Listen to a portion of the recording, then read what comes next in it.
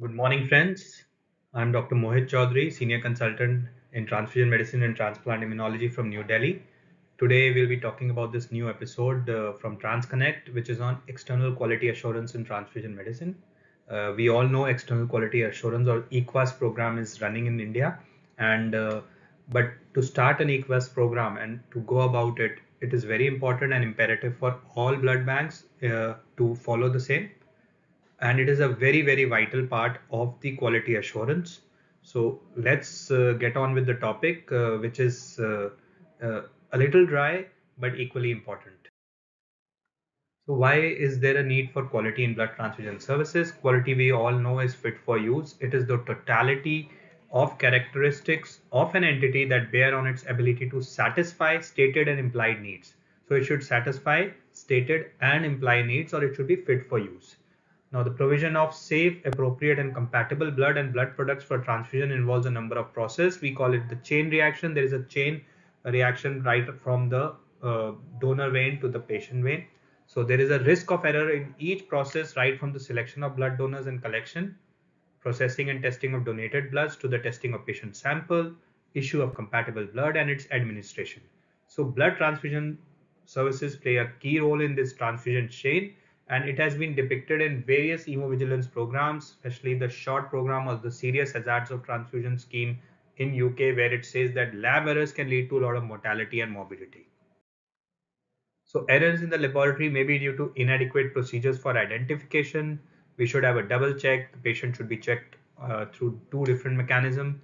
It may lead to misidentification of the patient or donor blood sample or units of blood. There can be incorrect storage or inappropriate use of reagent, equipment failure, technical failure, inaccuracy in recording or transcription, or misinterpretation of results. And more often than not, it is a result of a combination of factors, with the original error being compounded by inadequate checking procedure in the laboratory or at the patient bedside.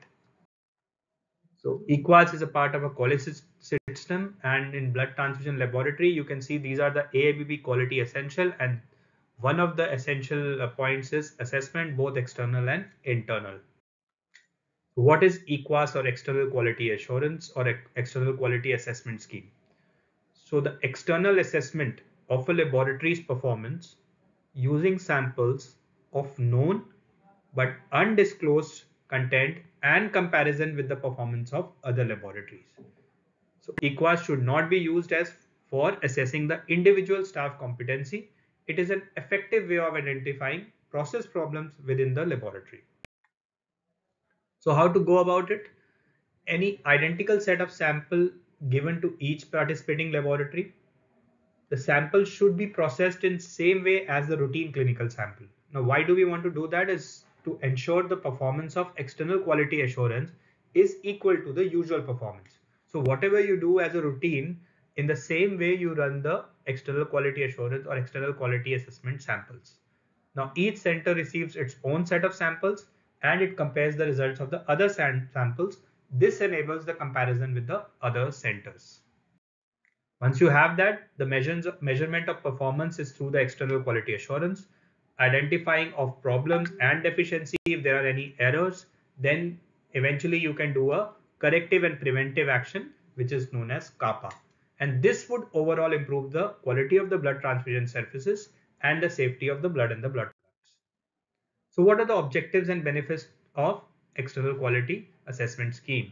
The overall objective of EQA is to improve standard of performance in blood transfusion services, and of course it will have benefits to the participating laboratories or the PLs and benefit to the health and regulatory authorities. So how is it going to benefit the participating laboratories or the PLs?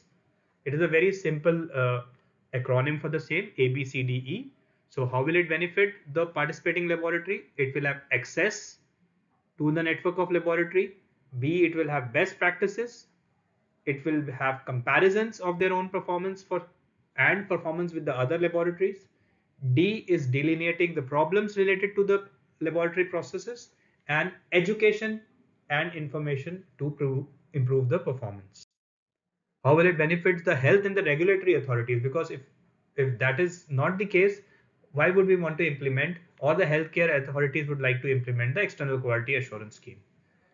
The benefits of EQA to the health and regulatory authorities include establishment of network of blood transfusion laboratories with known standard performance. So you have a set of laboratories which are having similar standards, similar good standards, good manufacturing practices, good laboratory practices.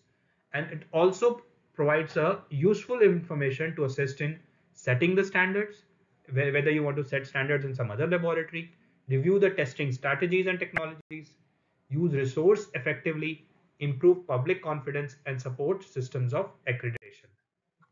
So EQAS scheme should be organized as a formal and structured scheme in order to ensure effective planning and organization.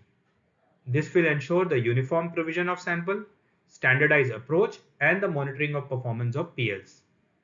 EQAS should be made available to all laboratories in which blood group serology is performed, regardless of their size, workload, or complexity of the tests. And the lab can participate in the same, both voluntary or on mandatory basis. So EQAS scheme, maximum benefit occurs when there is a similar level of development in the laboratory. So if you want to compare a tertiary care laboratory, you should have similar laboratory like a tertiary care laboratory in comparison. You cannot compare a primary laboratory in which just blood group serology is being performed to a sophisticated or an advanced immunohematology laboratory where a solid phase or other technologies are there. So whenever establishing a new EQAS scheme, it can be useful to seek information and support from the other EQAS scheme which are already well organized, like a WHO scheme. At national level, it is advisable to investigate the existing EQAS scheme in other areas and the possibility of sharing organizational infrastructure, facilities, and resources. So if you are a national level EQAS program, it is worthwhile to look for other national level schemes and also take help from the international schemes that are going on. The network of EQAS scheme can be developed at all the levels, right from international, regional, and national level, even at the level of state level. At each level, the scheme provides EQAS, advice, and support to its PLs, and in turn has its own performance monitored through the participation in another EQAS scheme. So if you are a national EQAS program, you can take help from the international program and they should be able to recognize you as an EQAS program. Similarly, if you are at a regional program, you can take help from the national program. So in this regard, you can see that WHO organizes EQAS scheme in serology at international and regional levels and supports the establishment of national EQAS based on the country needs. At national level, scheme can be organized right from state to provincial to district to city level with participation by blood transfusion services, hospital blood bank, and other laboratories or clinics. So schematic diagram would show that you can have interaction between the two international EQAS schemes. From international, you can have regional, from regional to national to city to right down to the blood transfusion services of hospital blood bank and other laboratories. So blood transfusion services can get themselves recognized by a city. The city can be recognized by a national EQAS program. National EQAS program can be recognized by a regional program, and similarly a regional program can be recognized by an international program. PLs. Now, is there a responsibility of PLs? Of course, you are enrolling in a EQAS program, but you need to have your own set of things that you need to do. The PL should recognize the need for the quality and why we are doing it. If you don't recognize the need, obviously you're not going to go through or take it very seriously. It should understand the benefits of EQAS program and in the way the scheme works. So the understanding of EQAS program is very vital to the success of the EQAS program, because you need to know how you need to send the samples, which samples will be tested, when it has to be tested, what are the cutoffs, all those things. All the staff that are in the PLs should have access to the EQAS results and the reports. So it's an open system. The problem should be identified and should be discussed openly without criticism. So if there is an error or there is some lacunae, you need to correct it and plug the holes. The root cause analysis of errors in EQAS program should be followed by a CAPA, or that is corrective and preventive action. So you first need to correct it and you need to have strategies to prevent the same. Now, once the scheme is established and it is open to participation, a formal registration process needs to be done. Of course, there is some fee that needs to be paid and that needs to be given to the EQAS program to run it smoothly. The information should be provided in the form of an information manual, and that information should be read by all the PLs and need to know how the actual EQAS program is running. The scheme organizer may also consider organizing a seminar or a CME to explain the scheme, so that then it can address a wide variety of PLs and their representatives in one go. So obviously that is a very good method of laying down what you're going to do as an EQAS program, what will be the frequency of the sample, etc., and what are the aspects of the information manual. The information will be provided to all the PLs. So what does an information manual contain? It will have aims of the EQAS program, it will have rules of participation, it will have the contact details of the organizer. Suppose you want to, you have a query or the sample that has reached to you is not in the proper condition.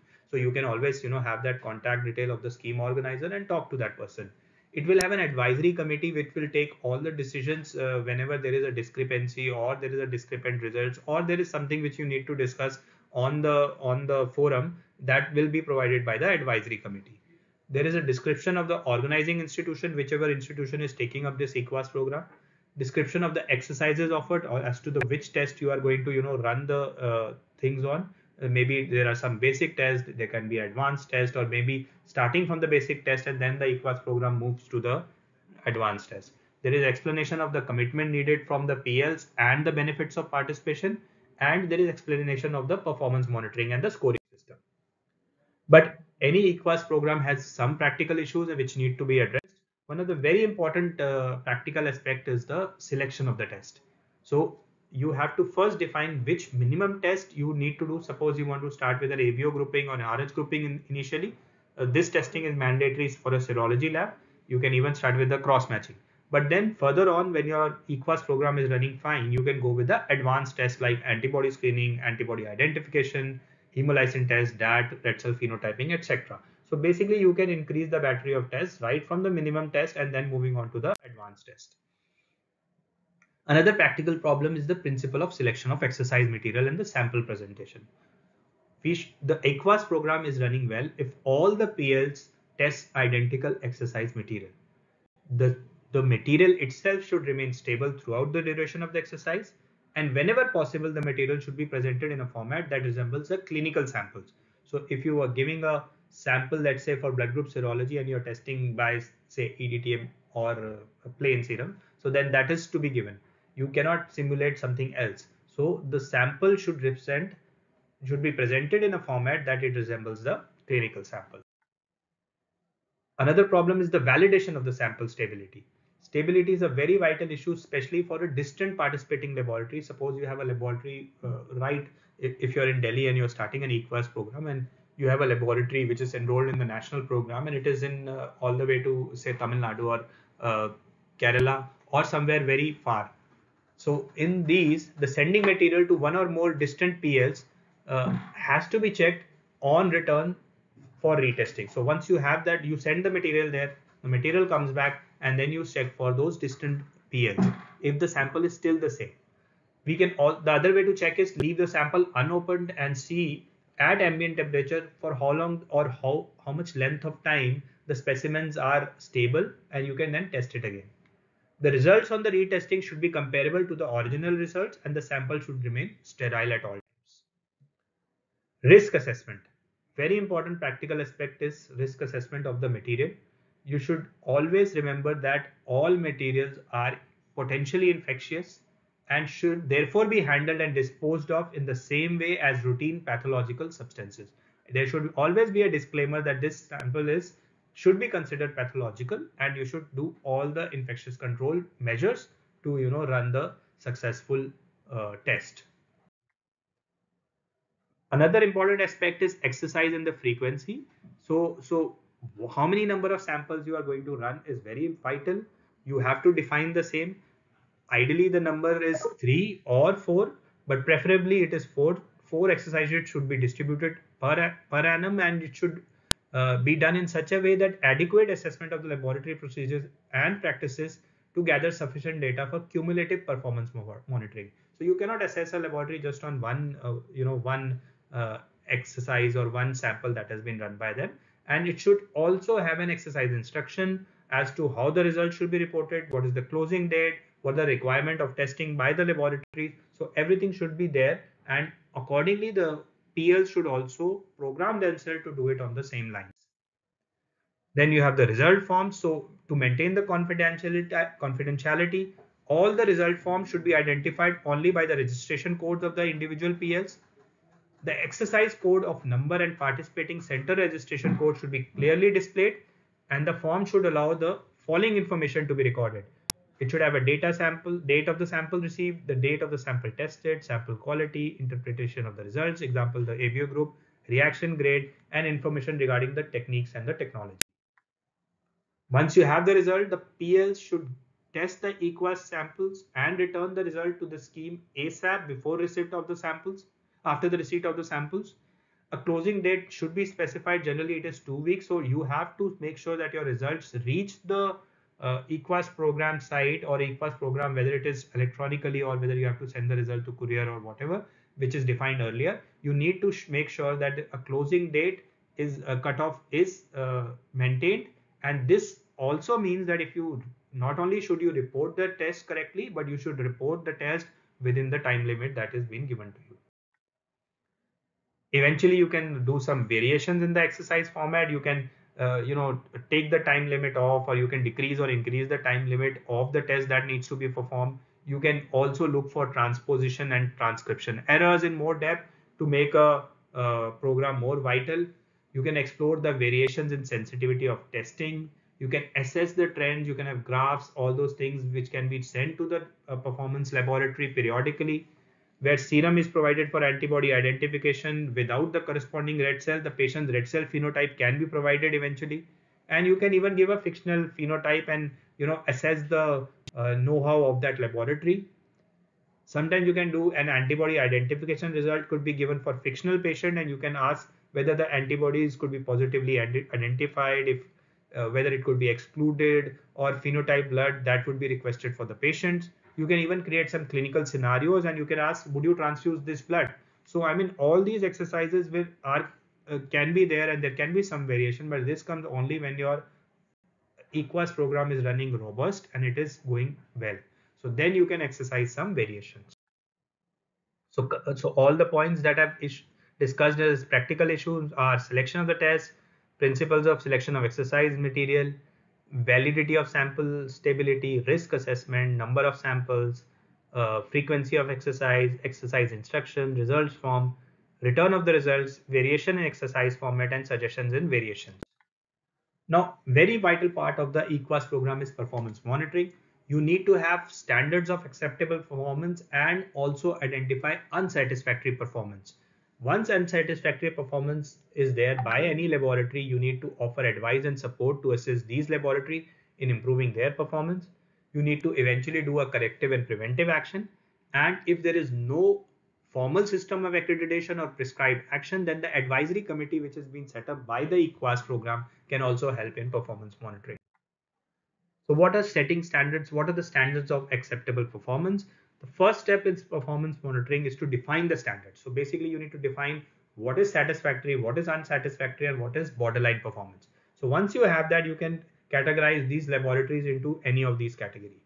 So the potential clinical significance of error must be considered when defining the standards. It is advisable to operate the scheme for defined 1 year. So you set the tone, you keep the EQAS program running for 1 year and initial follow-up of errors, but please do not give any formal performance monitoring or scoring for the initial 1 year. So when your system becomes robust and you have enough cumulative data which you can score on, then you can use that information on current level of performance, and then you can start giving the scoring system. And then the system is actually so much so that you can even advise them and advise them on the corrective and the preventive action. For the performance purpose of performance monitoring, it may be appropriate to categorize the laboratory. So suppose a laboratory is a medium-sized laboratory, so you can suggest your suggestions or advices based on the medium lab. But if your laboratory is such that you have a very high throughput laboratory, then obviously the advices and the suggestions would be different. So unsatisfactory performance should be defined for incorrect results as well as for results not reported within the stipulated time. So it is equally important to set the standards in such a way that you perform the test in that cutoff limit. It's not like after the cutoff limit has passed and you send your results, that will amount to a unsatisfactory performance. So for performance monitoring, there should be no differentiation between incorrect result due to technical or procedural error. Both should be counted and both should be done properly. And it is advisable to base performance monitoring on interpretations made rather than on serological reactions recorded for each set. So it is the final interpretation which is very important. Performance standards should be agreed by an external agency which should be independent of the organizer, such as an advisory committee or accreditation committee. The same agency should be responsible for regularly reviewing the definitions of unsatisfactory performance. There are two systems of scoring. One is objective, one is subjective. I personally favor an objective performing system because the scoring can be weighed, the scores can be adjusted, and a cumulative data or cumulative score can be identified. This cumulative score can be shared eventually with each report annual summary to show trends in individual performance. And we generally have two types of system where there is a reward system or a penalty points. So if you are not doing well, obviously you have penalty in the scoring points, and sometimes when you're doing well, you are giving the rewards. Generally it is perceived that the positive and rewards achievement is generally better received by the participant, but it is up to you which kind of a system you want to follow and which kind of a system the PLs are well versed with. So just to reiterate what has been going on and how to set the EQAS program. So, and also to follow up of unsatisfactory performance. So whenever there is an unsatisfactory performance, what you need to do? So basically you should comply with the procedure laid down by the advisory committee. So initial contact should be made once there is a established unsatisfactory performance. Initial contact should be made by the EQAS organizer or whoever the contact person which is mentioned in the information manual to determine the possible cause of error and offer advice. Generally, a letter should be sent to the head of the lab to report on the situation, formalize the advice offered previously, and suggest possible solution. So not only it's not a fault finding thing, it's a fact finding thing where you can suggest, okay, this is not going well according to according to the lab that you are performing in, and this is what you need to do. This is our suggestions. You are free to follow these suggestions, and you can correct whatever is going wrong there. So once the laboratory becomes an unsatisfactory performer, its progress is then monitored until consistent satisfactory performance is achieved. Any advice offered should be evidence-based and in line with the national standards or guidelines. Coming to self-assessment, not only the PLs have a scoring system where they are evaluated, but also you need to do some kind of a self-assessment, and that can happen if you have an action sheet which is given to each laboratory that has made errors. So once you have some errors, the action sheet can be given. This will have a record details of the probable cause and also the corrective and the preventive action. The action sheet could form an internal mechanism for improving the laboratory performance and need not be returned to the scheme organizer. It is for self-assessment only. Of course, issue of an annual certificate of participation, which is the final final result of what you have been doing till now. Detailing the number of exercise undertaken can be a positive means for encouraging the continued participation.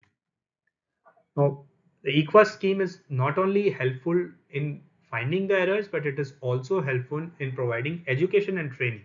So education not only it is not only based on the root cause analysis and the corrective and preventive action, but it can be given to all the individuals which are there in the performance laboratory, and also all the participating laboratories can be educated. The same can be used to set up new guidelines. If there are existing guidelines, if there is something that new has come up, you can have a new guideline.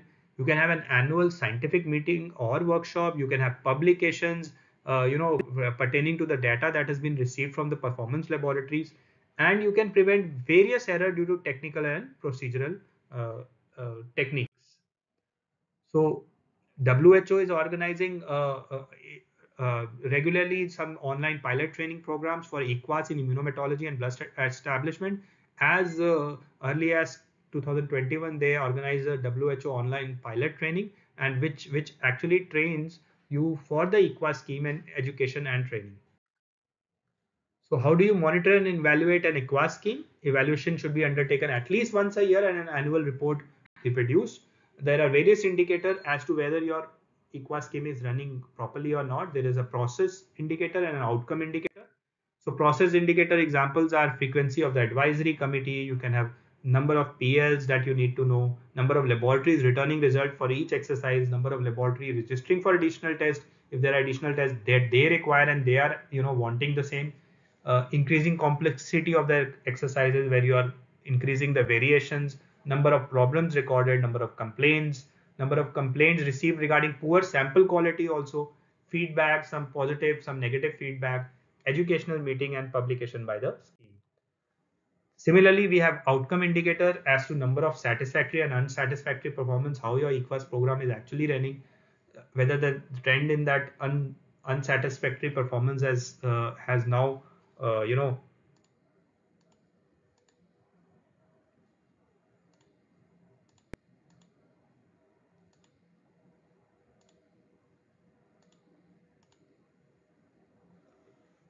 now sorry the trend in that unsatisfactory performance is now getting better, change in the overall score, uh,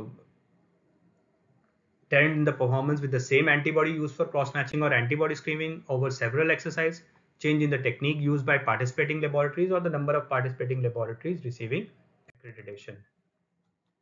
So reiterating the process of external quality assurance in transfusion medicine, first of all you need to identify the organizing institution and scheme organizer, identify established EQUAS program for advice and support, whether it is at national, international, regional, or state level.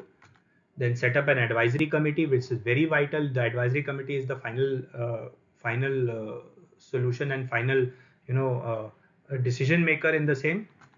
Identify the source of fund. It is very important because you need to send the samples, you need to run the test at your lab itself, you need to get back the result, and get back the results from the PLs, and then tell them about their results, advise them. So everything requires funds, and that needs to be established. Before that, you need to identify what will be the fees of this EQUAS program, if there is any. So I mean, that needs to be set up and identified right at the beginning. So identify the source of exercise material, whether you are going to do some basic test or advanced test, or initially basic test followed by the advanced test. Identify potential participating centers like PL, which are the centers, whether it's a medium laboratory, large laboratory, small laboratory, depending upon the throughput.